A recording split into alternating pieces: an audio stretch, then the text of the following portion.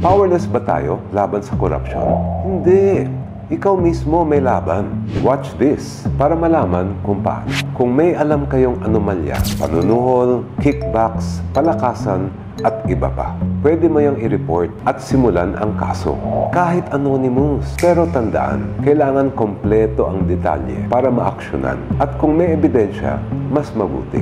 Diretso mong i-report dito kay Ombudsman.